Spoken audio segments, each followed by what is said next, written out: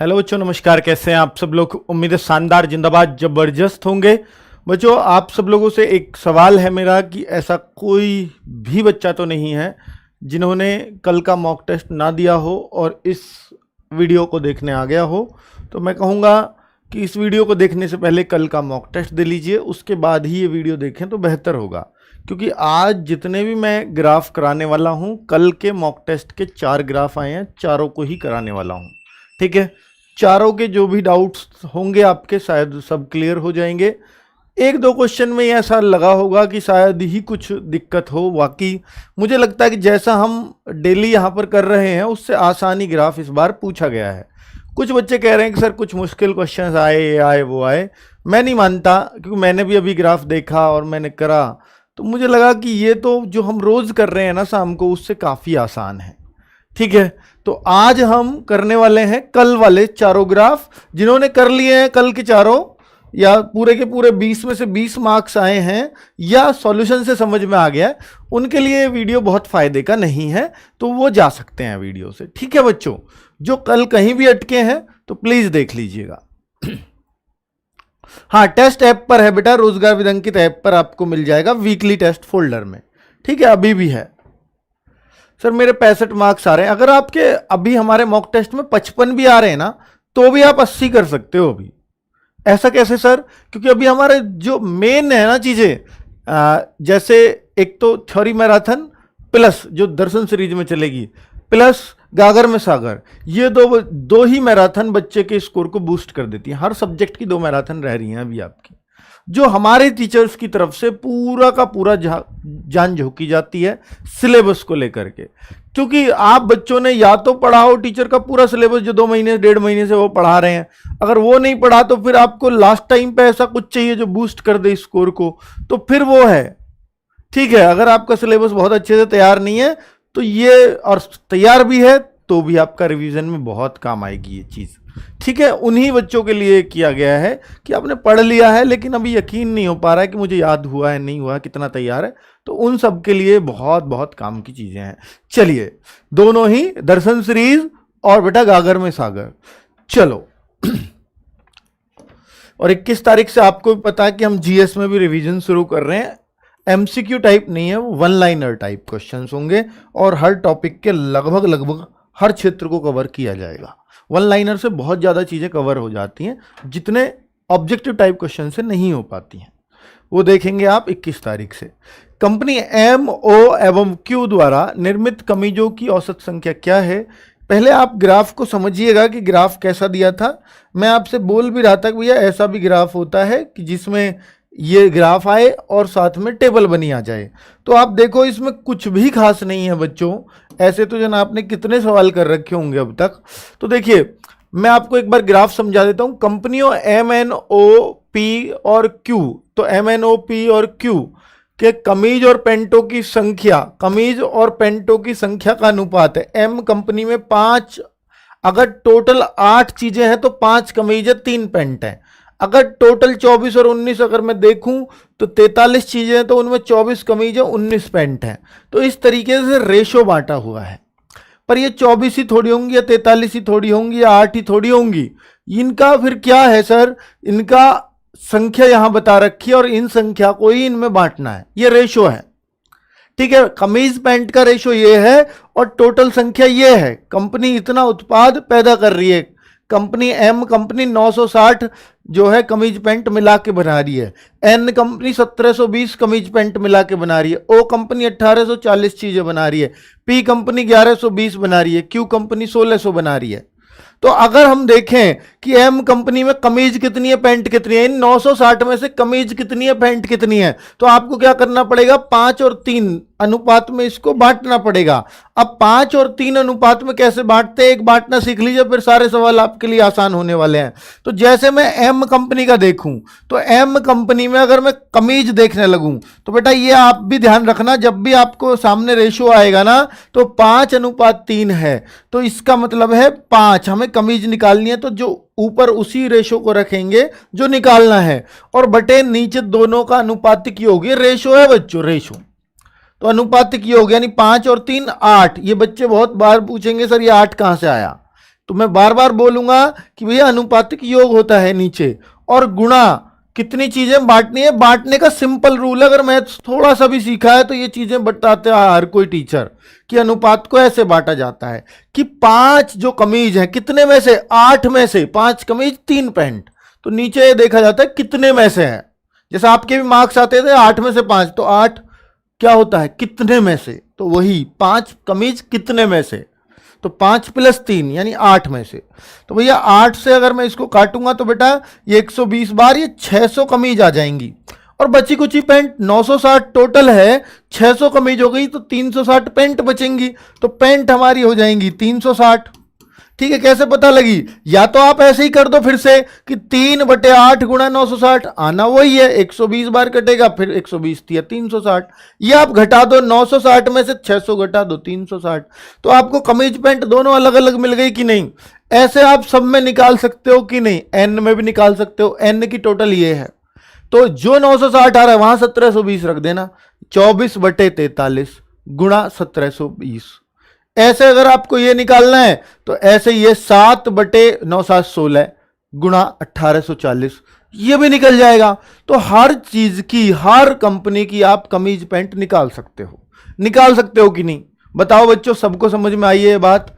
तो अब पूछ क्या रहा है, सर एम और क्यू द्वारा निर्मित कमीजों की औसत संख्या बताओ, तो ये तो सिर्फ एम की कमीज पूछी है, इसने 600 आ गई। ठीक है, अब ऐसे ही हमें ओ कंपनी की कमीज निकालनी है, ओ की कमीज निकालूंगा मैं, कैसे निकालूंगा आप खुद ही बता दीजिए एक बार, ओ कंपनी की कमीज कैसे निकालूंगा। ओ कंपनी के पास 7 कमीज है, कितने में से है, 7 और 9 16 में से, और ओ कंपनी कौन सी है, यहां 1840 को बांटना है, ये लीजिए 1840। तो अब मैं सिर्फ वो कर रहा हूं जो सवाल ने पूछा है, पहले मैं जनरल बातें बता रहा था। 16 एकम 16 2 24 हो गया, 16 एकम 16 8 16 5 80, 115 सत्ते होते हैं, ये हो जाते हैं 805 कमीज हो गई। ऐसे ही आप क्यू कंपनी की कमीज निकाल सकते हो कि नहीं, बिल्कुल ऐसे ही निकालना है, 8/25 गुणा 1600, और आप बहुत आराम से क्यू कंपनी की कमीज निकाल लोगे। तीनों कमीजों को, इस कमीज को, इस कमीज को, और जो यहां से कमीज आएगी, उन तीनों को जोड़ के /3 करना है। क्यों करना है, क्योंकि औसत पूछा है। समझ में आई की बात, नहीं बेटा मैं यहां कैलकुलेशन करने नहीं आया, मैं आपको समझाने आया हूं कि आप ऐसे कर सकते थे नहीं कि नहीं, क्योंकि ये कैलकुलेशन, ये सॉल्यूशन तो आपको उसके नीचे भी मिल जाएगा जो आपने कल का मॉक टेस्ट दिया है, वहां भी लिख रखा है ये सॉल्यूशन, अब आप चेक कर सकते हैं। ठीक है, अगर आपको आंसर ही मिलाना है तो। बाकी मेरा काम है कि मैं आपको इन चीजों को समझा सकूं। ठीक है, समझ में आया कि नहीं आया बताइए बच्चों। सर वरदान बैच सिलेबस, बेटा एक वीडियो बनाइए बहुत अच्छे से, सब कुछ समझाया है उसमें कि 20 तारीख तक वरदान बैच का सिलेबस खत्म, 21 तारीख से रिवीजन शुरू, सब कुछ बताया स्ट्रेटजी को लेकर। आप वीडियो देखते ही नहीं, फिर बताओ क्या करें अब आप बताइए। तो बेटा ये क्वेश्चन देखिए, कंपनी पी द्वारा निर्मित, कल हम नए नवेले क्वेश्चन करेंगे और अच्छे लेवल पे जाकर के। तो कंपनी पी द्वारा निर्मित कमीजों की संख्या बताओ, कंपनी पी द्वारा निर्मित कमीजों की संख्या। अब आप देखिए, ये तो हमने निकाल ही लिया था, अब तो हमें बहुत आसान लगेगा, 3/5 3 8, और बेटा कंपनी पी की कमीज पूछी है गुणा 1120, ये हो गया काम, उत्तर। तो ये मैंने काटा, 14/14 112 हो, 0 लगा दी, 14×3 42, 420 कमीज आ गई, खत्म हो गया काम। इतना सा काम है बच्चों। ठीक है, अब आपको कोई भी चीज मुश्किल लगनी ही नहीं है। ये देखिए, कंपनी एन व पी द्वारा निर्मित पेंटों की कुल संख्या बताओ। एन और पी की पेंट बतानी है, एन की बता दो पहले, तो एन की पेंट कैसे निकालूंगा, एन की पेंट कौन सी है, 19 है जी, 19/24 + 19 43, और गुणा, चूंकि एन की बात कर रहा हूं तो 1720 की यहां होगा।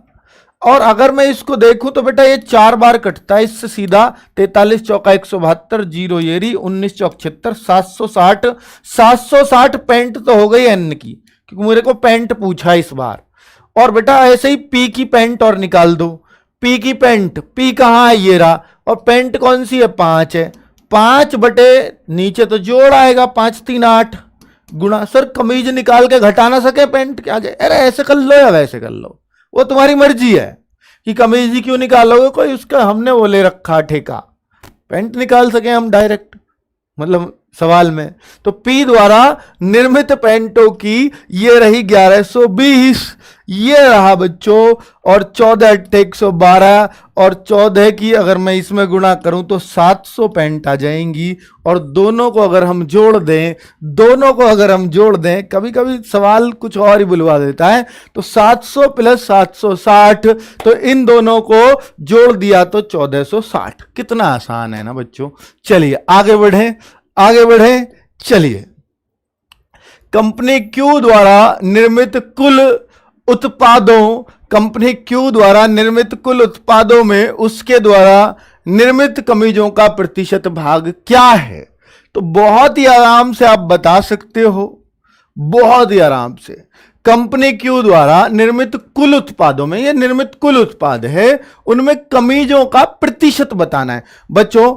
एक तो यह है कि मैं कमीज निकालूं क्यू की, और तब मैं प्रतिशत बताऊं टोटल का गुणा 100 करके। एक यह है कि सर हमें प्रतिशत ही तो बताना है कमीजों का। किसकी का? क्यू की का। तो भैया क्यू से आप रेशो से भी निकाल सकते हो, इसको जरूरत नहीं है आपको कि आप संख्या ही निकालो। क्यों सर, जरूरत क्यों नहीं है? बेटा अगर किसी चीज की संख्या अंतर योग पूछता है तो आपको संख्या निकालने की जरूरत है, लेकिन अगर उसने सिर्फ परसेंटेज पूछा है रेशो से तो आपको कभी जरूरत नहीं है। तो आप रेशो से निकालो या आप संख्या निकाल के निकालो, उत्तर एक जैसा ही आएगा बच्चों। अब आप देखना कि यहां पर कमीजों का पूछा है प्रतिशत, तो क्यू जो है 8 है, नीचे अनुपातिक योग 8 और 17 25, और गुणा कितना करना पड़ेगा मेरे को, क्योंकि परसेंटेज निकाल रहा हूं तो मुझे संख्या से मतलब ही नहीं है, गुणा 100। और अगर मैंने ये काटा तो बच्चा 25 चौका 100 और 8 चौक 32%, सीधा सीधा उत्तर परसेंट में आ रहा है। ये लीजिए। तो ये आपको ही सोचना है कि मैं संख्या क्यों निकालूं। ठीक है ना बच्चों। ये देखिए सर ग्राफ नहीं दिख रहा, जूम करा दो, कल का देख लेना, मॉक टेस्ट में है। चलो, आपको ना हर चीज में बहाना चाहिए। कंपनी एम द्वारा निर्मित कमीजों की संख्या एवं कंपनी पी द्वारा निर्मित पेंटों की संख्या के मध्य क्रम से अनुपात बताओ। कंपनी एम ने कमीजों कितनी बनाई और कंपनी पी ने पेंट कितनी बनाई, उन दोनों का रेशो बताना है। तो एम की कमीज तो हमने पहले ही निकाल ली कई बार, पर चलो कोई बात नहीं, 5/8 गुणा 960, और अगर मैं देखूं तो ये 120 600 कमीज आई थी कि नहीं। मुझे कमीजों का ही तो नहीं, पेंटों का बताना है। हाँ, इसकी एम की कमीज, एम की तो कमीज चाहिए, और बेटा पी की पेंट। अब पी की देखूं तो, पी का देखूंगा तो ये रहा आपका रेशो 3 और 5, तो मुझे सिर्फ पेंट तो 5/8 और गुणा कितना है पी का 1120, ये भी आप निकाल चुके हो, पर कोई नहीं, दोबारा 14,700। तो ये इसकी पेंट आ गई, ये इसकी कमीज आ गई, ये हो गई पेंट। और हमें क्या चाहिए, इनका रेशो। 600 और 700 का रेशो क्या होगा, 6:7। ये रहा उत्तर। कितने तो आसान है बच्चों। ठीक है, बहुत बढ़िया, आगे बढ़े बेटा। ये क्वेश्चन कंप्लीट हो गया, बहुत ही आसान क्वेश्चन था ना। अब आपको लग रहा होगा सर ये तो आसान ही था, ऐसे तो हम करते ही रहते हैं। ये देखिए, अब अगला क्वेश्चन आपके सामने आ जाता है कि ये था मॉक टेस्ट में कंपनी ए द्वारा। आज मैं थोड़ा तेजी से बता रहा हूं, आपको लग रहा होगा सर आज बहुत तेजी से चल रहे हो आप, वो इसलिए क्योंकि मैं ये मान रहा हूं कि सबने मॉक टेस्ट दिया है, मैंने पहले ही पूछ लिया ये बात, तो सबने इन पे जोर लगा लिया होगा, ऐसा मैं मानता हूं। नहीं लगाया है तो फिर ये आपकी गलती है, लगाना चाहिए। ठीक है, और आपने जोर लगा लिया तो ये चीजें आपको बहुत अच्छे से क्लियर हो रही होंगी। ठीक है,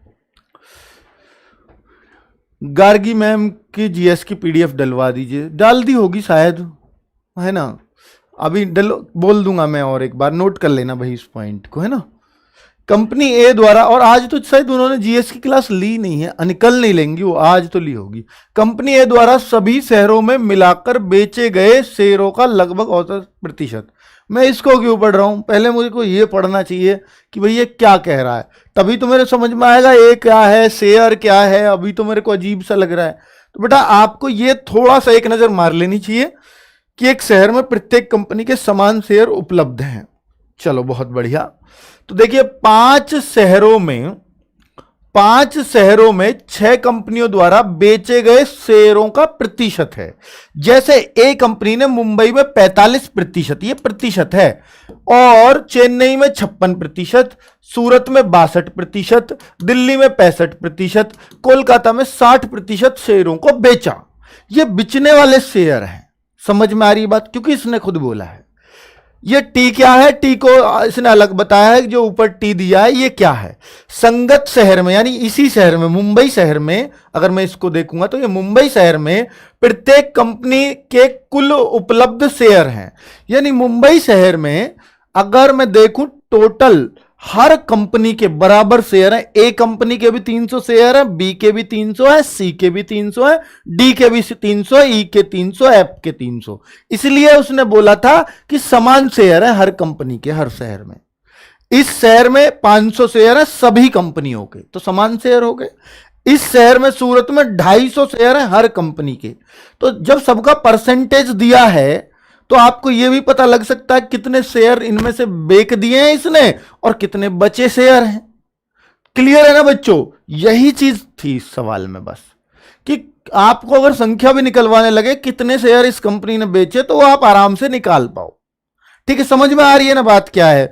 अगर कोई कहे कि बी कंपनी ने कितने शेयर बेचे सूरत में, तो मैं कहूंगा बी कंपनी को सूरत के नीचे ढूंढो, तो 68% बेचे। किसका 68%? 250 का। बचे कितने शेयर बी कंपनी के पास? 68% जो है उसे 250 में से घटा दो, तो बी कंपनी के पास बचे शेयर आ जाएंगे। यह था सवाल। पर सवाल ने पूछा क्या है मुझे नहीं पता, अभी देख लेते हैं। कंपनी ए द्वारा सभी शहरों में मिलाकर बेचे गए शेयरों का लगभग औसत प्रतिशत बता दीजिए। कंपनी ए के, तो बेटा कंपनी ए के सभी शहरों में मिलाकर, तो कंपनी ए के सारे शहरों में मिलाकर ये इसने लगभग औसत प्रतिशत, यानी ये जो प्रतिशत है ना, सिर्फ इसी का औसत पूछा है। तो ये तो ऑलरेडी प्रतिशत तो है ही, इसका औसत पूछा है। तो आप सबको तो मालूम है यार, इन सबको जोड़ करके इन प्रतिशत को बस औसत निकाल दूंगा। तो औसत कितना? 5 शहर है, इसलिए 5 का भाग दे दूंगा, ये आ गया औसत प्रतिशत। प्रतिशत था ही, 5 का भाग देके औसत आ गया। तो बेटा कितना आसान सवाल था। 5 6 11 2 13 5 18 का 8, हासिल का 1, और बेटा फिर यहां हो जाएगा 4 और 1 5 5 10 6 16 6 22 6 28, 288/5। अगर मैं इसको भाग दूं तो 5 पंजे 25, 5 सत्ते 35, 5 छिंगे 30, 57.6%। लेकिन उसने क्या बोला? लगभग में बता देना। तो लगभग में इसमें सबसे नजदीक उत्तर कौन सा है? 57 है। तो एग्जैक्ट 57 कह सकते हैं अगर उसको एग्जैक्ट में चाहिए, वरना एक्यूरेट उत्तर 57.6% होगा इसका। बहुत बढ़िया। नेक्स्ट क्वेश्चन देखिए। अब आप खुद समझने की कोशिश करना कि मैं इस क्वेश्चन को अब खुद कर पाऊंगा कि नहीं। बहुत सारे बच्चे कह रहे थे सर कल के ग्राफ मुश्किल है, यानी जो मॉक में आए। अब आप देखो तो सही, मुझे एक सवाल बताओ जो मुश्किल लग रहा हो आपको, एक सवाल ढूंढ के बताना। कंपनी ए व बी को मिलाकर दिल्ली में बेचे गए शेयर। कंपनी ए के दिल्ली में बेचे गए शेयर दोनों के मिला के, ए और बी के दिल्ली में। तो दिल्ली कहां है पहले तो यूं ढूंढो, तो दिल्ली ये रही। ए और बी कंपनी के मिला के बेचे गए शेयर कितने हैं? 65 हैं और 35 हैं। 65 और 35, लेकिन ये परसेंटेज में आया है। ठीक है जी। तो अब ऐसे ही बोल रहा है ई और एफ के, ये तो ए और बी के देख लिए। अब ई और एफ कंपनी के बोल रहा है इनके द्वारा उसी शहर में, ई और एफ पे आ जाओ, इसी शहर में। तो यहां जो बेचे गए शेयर हैं वो 25% इसने बेचे, 45% इसने बेचे।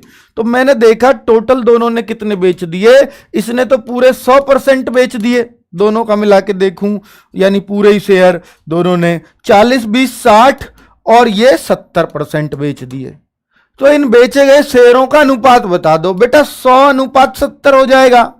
परसेंटेज का डायरेक्ट निकाल लो, आपको शेयरों की संख्या निकालने की जरूरत ही नहीं पड़ेगी, सीधे 10/7 है। सर क्यों नहीं निकाल रहे शेयरों की संख्या? आएगा वही। आप 420 का 65% निकालो, फिर 35 निकालो, फिर उनको जोड़ो, फिर ऐसे ही इसका 25, 420 का, फिर उसका 45, फिर उनको जोड़ो, फिर जो आएगा फिर उनका रेशो आना, उत्तर यही है।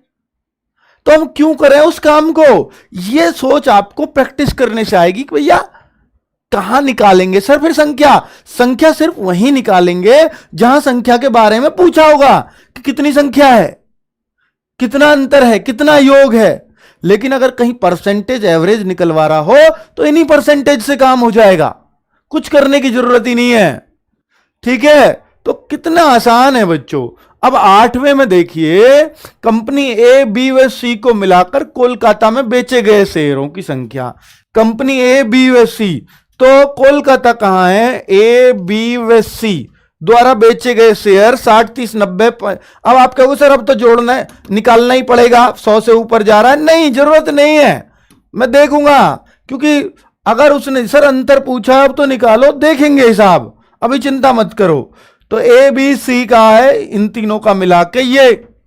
अब कह रहा है डी, एफ का उसी शहर में, तो भैया ये भी जुड़ेंगे तीनों। तो डी, एफ का अगर मैं उसी शहर में देखूं तो 40%, 45%। आप खुद सोचो कि क्या करना है। जब तक अपनी सोच नहीं लाओगे, सवाल एग्जाम में थोड़ा मुश्किल होगा, लैंग्वेज चेंज होते ही आपके लिए। तो 60, 30, 90, 140, तो 140% तो इन तीनों ने बेचा था मिला के। और इन तो सर 100 से भी ज्यादा हो सके? अरे हो सके, है ना, बहुत सारे लोग हैं, बहुत सारी कंपनियां, अकेली का तो नहीं होता 100 से ज्यादा। लेकिन ये तो एक कंपनी के 60 ही 20, तो फिर तो बिक सकते हैं, क्योंकि हर किसी के पास 480 है। 480 थोड़ी बेच रही है, वो 30% बेच रही है। लेकिन ये क्यों जुड़ पा रहा है? ये इसलिए जुड़ पा रहा है क्योंकि सभी का 480 में से है।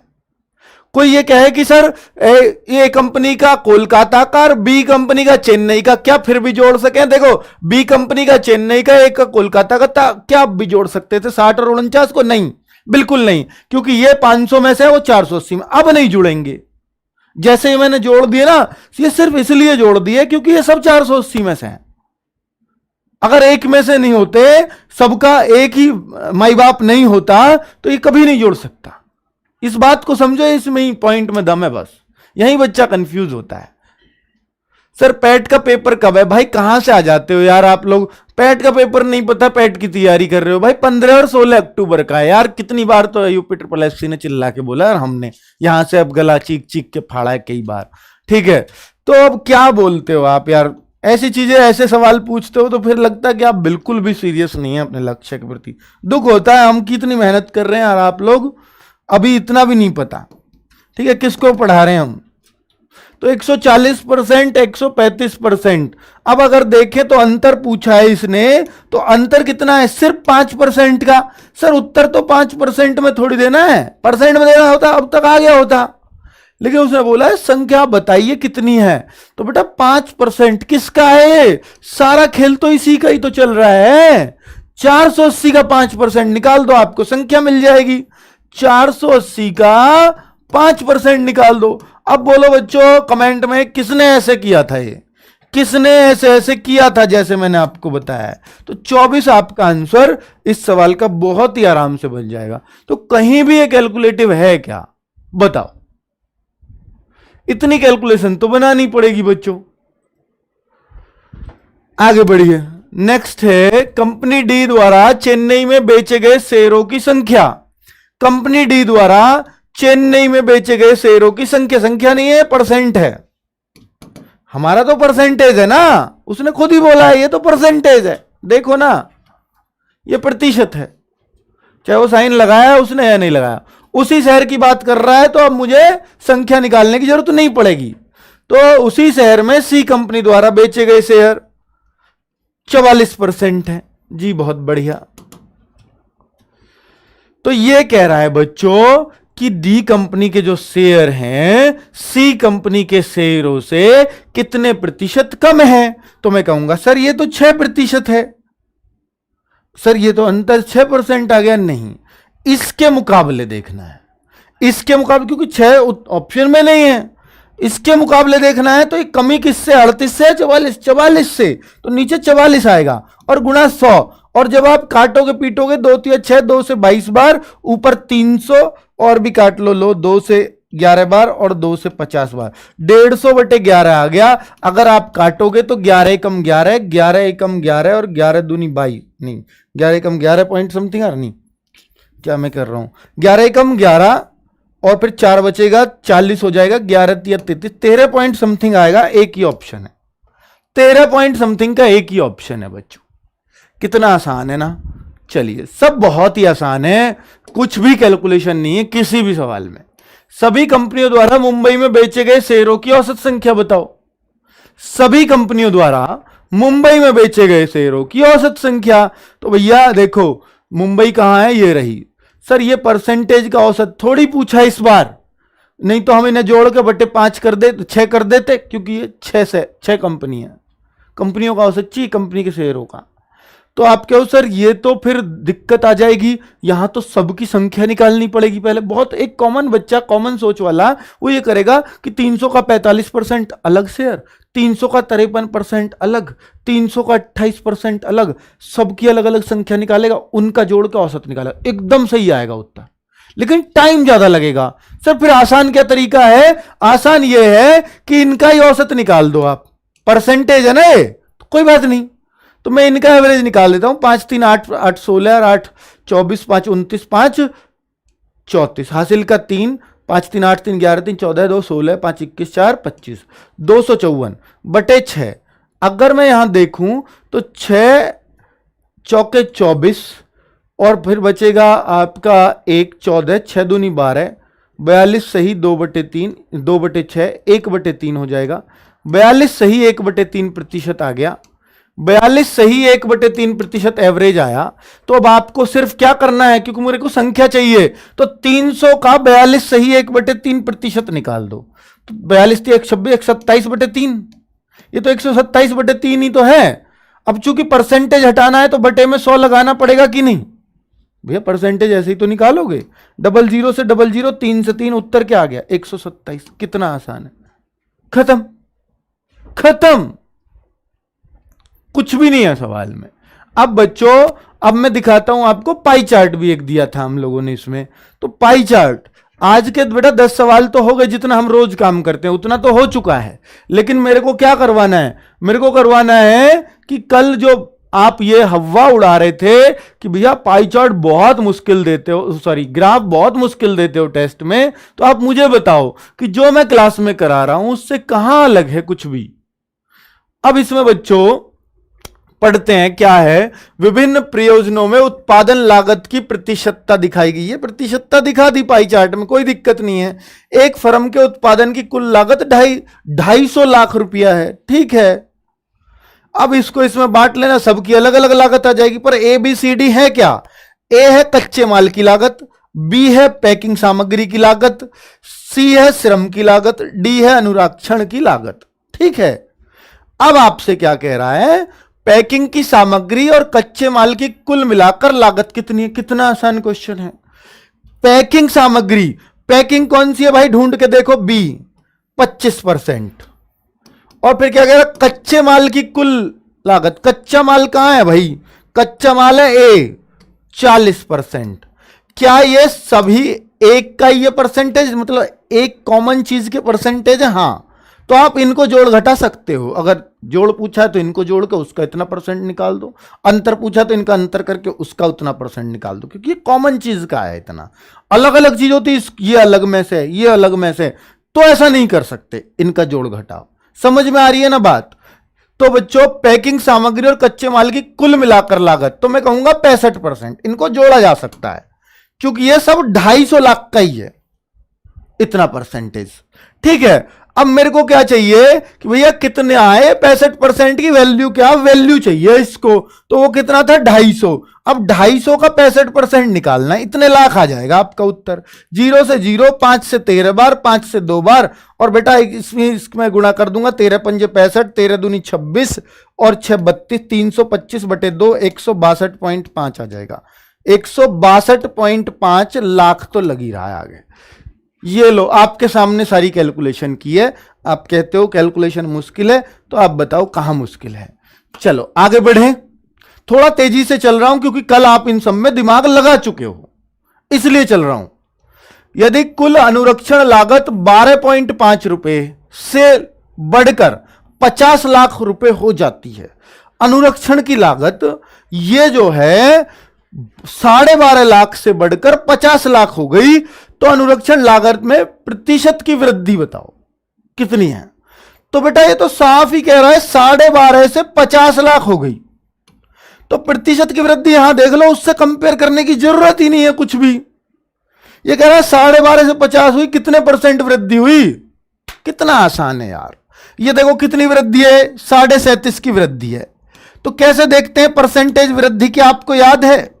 क्या तुम्हें याद है? बताओ। तो बेटा 37.5 की वृद्धि, वृद्धि ऊपर लिखी जाती है। किससे हुई है वृद्धि? इससे हुई है, इसलिए नीचे आएगा और गुणा क्या हो जाएगा? 100 हो जाएगा। पॉइंट से पॉइंट काट दिया, 25 पंजे 25 चौके, 5 से काट दूं इसको तो 5 सत्ते 35, 2 बचेगा, 5 पंजे 25, 75 चौका 300% वृद्धि एकदम खरी हो गई। ये रहा उत्तर।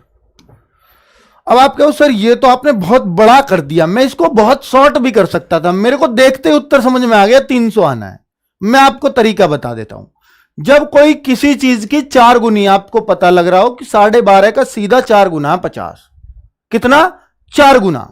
यानी कोई चीज 1 से सीधी 4 हो जाए तभी तो 4 गुनी है। तो वृद्धि कितनी हुई? 3 की। तो वृद्धि तो पूछे, वृद्धि कितनी? 3 की। 1 से 4 हुआ लेकिन वृद्धि तो 3 की हुई। तो वृद्धि अगर 3 की होती है तो 3 का मतलब 300% होता है, 2 का मतलब 200% होता है, 5 का मतलब 500% होता है। गुने में हमेशा, गुने में हमेशा ऐसे याद रखना, ठीक है। तो वृद्धि हुई 3 की, क्योंकि 1 से 4 गुना तो हो गया, ये 4 गुना तो हो गया, लेकिन वृद्धि 3 गुने की हुई है, क्योंकि वृद्धि तो 37.5 की है, ये 3 गुना है इसका। तो 3 गुना वृद्धि मतलब 300% वृद्धि। ये रहा। तो उत्तर तो मेरे को यही पता चल गया था। बेस्ट क्लास है आपकी, चलो धन्यवाद। आज पता चलिए, पर आपको इसका दुख है मुझे। यदि 3 वर्षों में, बेटा 13वां क्वेश्चन देखना एक बार, 3 वर्षों में उत्पादन लागत दुगनी हो जाती है, 3 वर्षों में उत्पादन लागत दुगनी हो जाती है, तदारूपी अनुरक्षण लागत कितने रुपए होगी? मतलब उसी अनुसार, तदरूपी का मतलब ये, अंग्रेजी वाले समझ नहीं पाएंगे तो मैं बता देता हूं। 3 वर्षों में कोई उत्पादन लागत है वो दुगनी हो जाती है, तभी इसी अनुसार आरक्षण लागत कितने रुपए हो जाएगी? तो बेटा अगर ये 250 लाख है टोटल पूरी, तो ये कह रहा उत्पादन लागत हमें 500 लाख करनी है, 500 लाख करनी है। तदनुसार अनुरक्षण की लागत, अनुरक्षण क्या है? डी। तो ये कितना हो जाएगी, कितने रुपए हो जाएगी? 500 का 5% हो जाएगी। और क्या है भाई इसमें? पहले 250 का 5% या 500 का 5% है। खत्म हो गया सवाल। 25 लाख का है। कुछ है क्या इनमें? यूं बताओ। सवाल ने बोला, हमने यूज कर दिया, सवाल खत्म हो गया। इतना ही करवा रहा है बस। 14वां सवाल बेटा आसान इसलिए है क्योंकि इनको आप अब पढ़ पा रहे हो आराम से। एग्जाम में क्या होता, अरे यार जल्दी जल्दी में पढ़ लिया, अपने हिसाब से पढ़ लिया, कुछ समझ नहीं आ रहा, तो ऐसा लगता है पता नहीं क्या है। तो आप बिल्कुल कूल रहा करो एग्जाम देते टाइम कि ठीक है यार, क्या है, मौक ही तो घर में बैठ के दे रहा हूं, इससे आसान काम क्या है मेरे लिए? होगा, हो जाएगा। नहीं बेटा, पेपर तक सिर्फ तब तक डरो, पेपर से सिर्फ तब तक डरो जब तक आप पेपर में नहीं बैठ रहे हो। पेपर में एक बार बैठ जाओ, फिर तो जो होगा देखा जाएगा। फिर क्या है वहां घबराने से कुछ फायदा होना है क्या? नहीं घबराओगे तो हो सकता है फायदा हो जाए, घबरा के तो कुछ होना नहीं। तो फिर तो सोचो अब तो आ गए रणभूमि में, अब क्या जीत क्या हार। बेटा ये सब तो मैं आपको हमेशा बताता आया हूं। चलिए, यदि उत्पादन वर्तमान लागत का 5 गुना बढ़ जाता है, यदि उत्पादन जो है, ये जो उत्पादन है ये लागत का 5 गुना बढ़ जाता है, यानी कोई चीज 5 गुनी हो गई, तो लागत वृद्धि का प्रतिशतता बताओ। तो लागत वृद्धि देखिए, कोई चीज 5 गुनी हो गई, 5 गुनी, कोई चीज 5 गुनी हो गई, अभी तो बताइए आपको, तो बढ़ी कितनी? 4। कोई चीज जब 5 गुनी होती तो बढ़ती सिर्फ 4 है, तो 4 का मतलब क्या होता है? खत्म। यह था। बताओ, कोई चीज वर्तमान लागत की 5 गुनी होगी, उसके प्रतिशत में पूछ रहा है, तो इधर देखने की जरूरत नहीं है, सवाल तो यहीं खत्म हो रहा है भाई। लेकिन ये जो ना 5 गुना बढ़ जाता है, बच्चे लोग ये सोच सकते हैं कि 1 का 6 हो जाए, और बात सही भी है। कि यार 5 गुनी तो बड़ी है तो 6 हो जाएगी, और 5 गुनी बड़ी है तो 500% ऑप्शन भी है यहां। ये चीज कंफ्यूज कर सकती है बच्चे को। तो पर थोड़ा सा ना बच्चों, इस तरह के सवालों में यहाँ 500% के चांसेस कम ही रहेंगे उत्तर आने के। हालांकि सवाल की लैंग्वेज अगर 400 उसको लगवाना है तो ये होना चाहिए, यदि उत्पादन वर्तमान लागत का 5 गुना हो जाता है, 5 गुना हो जाता है, बढ़ जाता है अच्छा नहीं लग रहा है, वो थोड़ा कंफ्यूज कर सकता है, वो गहरा सोचेगा तो कोई। ठीक है, आगे देखो अगला सवाल 5वां, यदि पैकिंग सामग्री की लागत 2% बढ़ जाती है तो नई पैकिंग सामग्री की लागत बता दो। तो भाई पैकिंग सामग्री कहां है, पैकिंग सामग्री है बी में, इसमें तो 250 का 25% है पैकिंग सामग्री की लागत फिलहाल, 0 से 0 625, तो 62.5 लाख बैठेगी, ये काट लेना 62.5 लाख। अब कह रहा है इसको 2% बढ़ा दो। अब 62.5 का 1% 6.25 होगा, क्योंकि एक पॉइंट इधर खिसक जाएगा, और 2% इसका डबल, तो 6.25 का डबल कितना होगा पता है आपको, 6.25 का डबल हो जाएगा, 6.25 का डबल हो जाएगा 12.5। इसमें 12.5 बढ़ा दो, 12.5, 12.5 कैसे बढ़ाएंगे, ये तो ज्यादा हो जाएगा, मैं कुछ गलत सोच रहा हूं क्या, नहीं 1.25 बढ़ेगा, सॉरी। इसका 1% होगा, इसका 1% 0.625, इसका 2% डबल करूंगा तो 1.25 आएगा, इसका 2% निकाल लेना बच्चों, तो इतना बढ़ जाता है। तो 62.5 में इसका 2% बढ़ा दो और आपका उत्तर आ जाएगा 63.75। ये रहा उत्तर, 2%, इसका 2% इतना बैठेगा बच्चों, 2% आप निकाल लेना अलग से, या सीधा इसके साथ 102/100 कर दो, ये डायरेक्ट मिल जाएगा, वो आपकी मर्जी है। चलो आगे बढ़े, ये लास्ट क्वेश्चन था, ये लास्ट था बेटा, कल के टोटल सॉल्व हो जाएंगे फिर आपके सवाल। अब तक बताओ क्या 3 सवालों में ऐसा कुछ था जो आपको परेशान कर सकता था? नहीं था ना, तो आपको परेशान नहीं होना है, ठीक है। परेशानी सिर्फ इसलिए है कि आपने उसको पेपर की टेंशन लेके किया है। आप रोज की क्लास की तरह टेंशन लेके किया करो, मतलब टेंशन ही मत लिया करो। चलिए ये सवाल और है, और इसमें सबसे ज्यादा दिक्कतें बता रहे हैं बच्चे कि सर इसने कंफ्यूज किया है हमें, तो देख लेते हैं इसको भी, अब तक तो कुछ लगा नहीं। ये कह रहा है निम्नलिखित सारणी को ध्यान से पढ़िए और नीचे दिए गए प्रश्नों के उत्तर दीजिए। मैं तो कहता हूं ये बहुत अच्छे सवाल है सारे, 2 टेबल हैं, 2 क्वेश्चन हैं, ठीक है, एक पाई चार्ट का, एक वैसा ग्राफ। अब भी आपको अगर लगता है कि वो बहुत मुश्किल थे तो फिर ये आपके सोच में फर्क है बच्चों, ऐसे तो हम रोज ही करा रहे हैं, ठीक है। तो देखिए हिंदी में मैं आपको समझा देता हूं पहले। हिंदी में 100 अंकों में से हैं ये सबके अलग अलग, अंग्रेजी में 100 अंकों में से हैं, गणित में 100 अंकों में से, समाजशास्त्र में 100 अंकों में से, विज्ञान में 75 में से, संस्कृत में 50 में से, और शारीरिक शिक्षा में 75 में से अंक हैं, ठीक है। अब देखो सवाल पहले ने बच्चे को कंफ्यूज कर दिया कि सर सवाल ही कैसा पूछा, देखो ना आप उल्टा सीधा, ठीक है।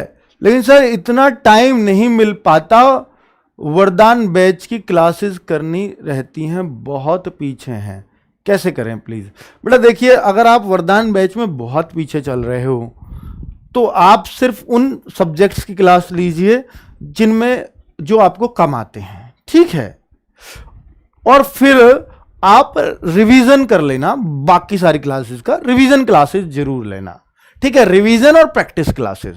अब आपको कोर्स करने से बहुत ज्यादा फायदा नहीं होगा कि आप सहशब्द कोर्स करो, नहीं, आप रिवीजन क्लासेस प्रैक्टिस क्लासेस बहुत अच्छे से कर लेना, क्योंकि जो छूट चुका है ना अब उसको कवर करते रह जाओगे तो फिर रिवीजन का टाइम नहीं मिलेगा। आपको टाइम से जगना चाहिए था थोड़ा सा, कोई बात नहीं, पर ऐसा नहीं है कि आप अब भी 80 नहीं कर सकते, कर सकते हो, इच्छा होनी चाहिए कि मैं मेहनत कर सकता हूं अब भी दबा के, पर जिस तरह से मैं आपको गाइड कर रहा हूं उस तरीके से कर लीजिए आप, ठीक है। बाकी बच्चों आपकी मर्जी है, जैसे भी आप चाहो, मैं आपको सजेस्ट कर सकता हूं कि लास्ट टाइम में ये सबसे बेस्ट है। कितने छात्रों को 2 या अधिक विषयों में न्यूनतम अंक मिले? कितने छात्रों को 2 या अधिक विषयों में न्यूनतम अंक मिले? तो ये सवाल, ये बात ही समझ में नहीं आ रही बच्चों की।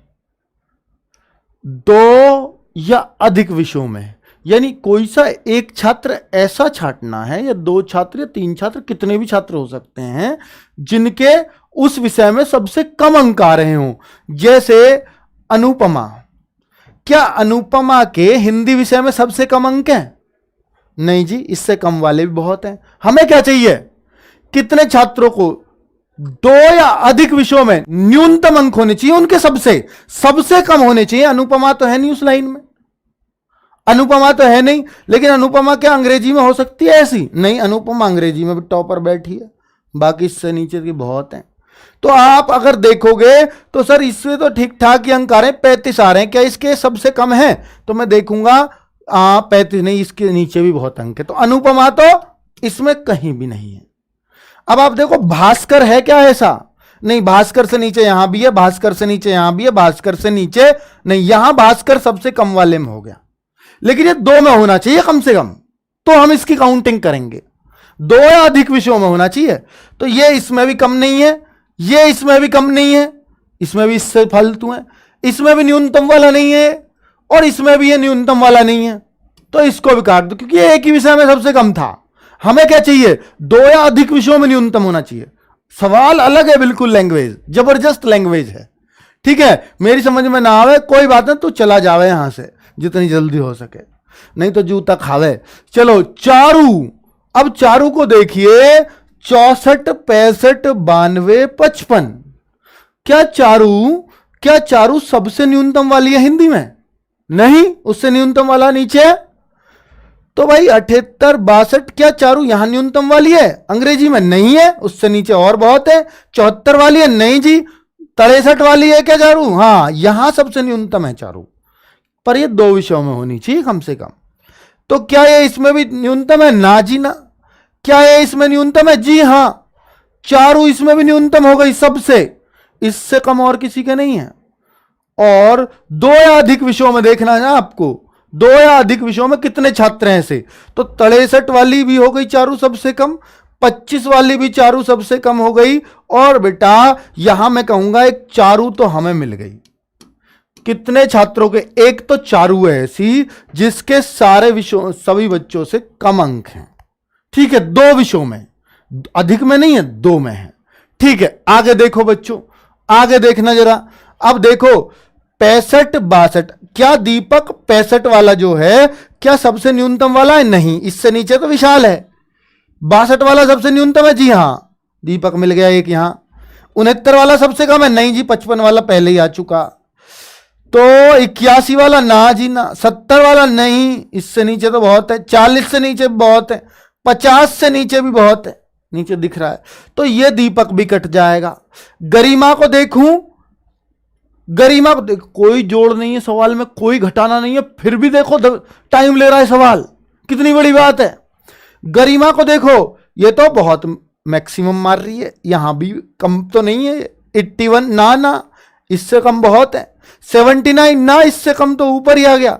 इससे कम 49 से कम, ये रहा नीचे पड़ा 44, इससे कम है? हाँ जी है। 61 से कम है जी, बहुत है। तो ये भी गरिमा भी न्यूनतम में नहीं है। अब विशाल को देखूं, 55 न्यूनतम में है जी ये, 70 न्यूनतम में नहीं है, 65 न्यूनतम में? ना जी, 55 है। 69 न्यूनतम है? नहीं जी, 63 है इसमें न्यूनतम। 44 न्यूनतम में है जी, बिल्कुल 2 विषय मिल गए, अधिक भी हो सके हैं इसके। और 28 न्यूनतम में? नहीं जी, 25 से ऊपर। 30 न्यूनतम में? जी हां। तो इसके 3 विषयों में न्यूनतम है। हमें क्या चाहिए थे? 2 या अधिक विषयों में न्यूनतम। तो 2 विषय में एक तो ये मिली, और ये 2 से अधिक विषयों में मिला। टोटल कितने लोग हैं? 2 लोग हो गए, 2 लोग हो गए न्यूनतम अंकों वाले। ठीक है, 2 या अधिक विषयों में न्यूनतम अंक वाले 2 लोग हैं। तो इसका आंसर 2 है। और ये मेरे ख्याल से उत्तर शायद 1 दे रखा है इसका, वो गलत है। चलिए, है ना जबरदस्त सवाल। अब आपको समझ में आ गया, पर बात तो दमदार थी। सभी विषयों में मिलाकर अधिकतम अंक किसे मिले हैं? सभी विषयों में मिलाकर। तो ये तो बहुत आसान है, आपको सबके ऐसे जोड़ने हैं। सारे विषय मिला के अनुपमा के कितने बन रहे हैं, सारे विषय मिला के भास्कर के कितने बन रहे हैं, सारे विषय मिला के चारू के कितने बन रहे हैं। तो भैया इसके बनेंगे, जोड़ के देख लेना एक बार। मेरे ख्याल से अनुपमा ज्यादा सी नजर आ रही है हर जगह, तो अनुपमा के ही बन रहे हैं भाई सबसे ज्यादा। बहुत बढ़िया, ये तो आपने कर ही लिया होगा। सभी विषयों में मिलाकर दीपक के अंकों का प्रतिशत क्या है? सभी विषयों में मिलाकर दीपक के अंकों का प्रतिशत, तो दीपक के पहले मेरे को जोड़ने पड़ेंगे, प्रतिशत तो तभी तो निकाल पाऊंगा। तो जोड़ दो फटाफट, 5 2 7 9 16 17, 17 का 7, हासिल का 1, 6 1 7, 7 6 13, 6 19, 19 और 8 27, 7 34, 4 38 और 5 43, 437 हो गया भाई। किसके? दीपक के। पर ये कितने में से हैं? 100 में से, 100 में से, 100 में से 300, 400, 75 75 150, 400 और 150, 550 और 50, ये रे 600 में से है जी। और गुना 100, 00 से 00, 6 का भाग दे दो, 6 7 42, हासिल का 1 17, 6 दूनी 12, बचे 5, 6 48, 72.8 का उछारा है ये रहा, 72.83%। कितना आसान है यार। चलिए आगे बढ़ो। चारू को हिंदी में मिले अंक अनुपमा को उसी विषय में मिले अंकों का कितना प्रतिशत है? कितना आसान है, देखो। चारू को हिंदी में मिले अंक, हिंदी एरी चारू की, और अनुपमा को उसी विषय में मिले अंक, यानी हिंदी में अनुपमा के 85, ये 64 85 का कितना परसेंट है? कम या ज्यादा ना पूछा, नहीं तो अंतर भी करते। तो बच्चों 5 से 17 बार, 5 से 20 बार, 64 दूनी हो 128, 0 लग गया आगे, 17 का भाग दे दो। तुम्हारे सामने कर रहा हूं पूरी कैलकुलेशन। 17 7 119, बचेंगे 9, 90 हो गए, 17 पंजे 85, 75 पॉइंट समथिंग दोनों में आ रहा भाई। तो 17 पंजे हैं कैसे? 29 आएगा, लो 75.29, 75.29, ये लो आगे बढ़ जाओ। और लास्ट सवाल है आज का, कर देना बच्चों। अंत भला तो सब भला, चाहे कुछ हुआ या नहीं हुआ, पर ये हो जाना चाहिए। सभी छात्रों को मिलाकर विज्ञान में औसत अंक कितने मिले? सभी छात्रों के, यार विज्ञान का औसत बताना है, क्या करूंगा? ये रहे विज्ञान के सारे के, जोड़ के 6 का भाग दे दो। उत्तर 5 2 7 5 12 9 21 और 4 25 का 5, हासिल के 2, 4 2 6 4 10 17, 17 5 22, 6 28, 6 34, 34 बटे भाग कितने का दूंगा? 6 का। उत्तर 6 पंजे 30, हासिल के 4 बचेंगे 45, 6 7 57 पॉइंट कुछ आ रहा है, ये रहा। तो उत्तर हो गया बच्चों ये। उम्मीद है आप सबको सब समझ में आया होगा। आज की क्लास थोड़ी सी फास्ट इसलिए रही क्योंकि मैंने आज सबसे ज्यादा क्वेश्चन कराए हैं, 4, टोटल 20 क्वेश्चंस। और सारे ग्राफ के कौन से थे? वही थे भाई। कौन से? वही जो कल पूछे थे।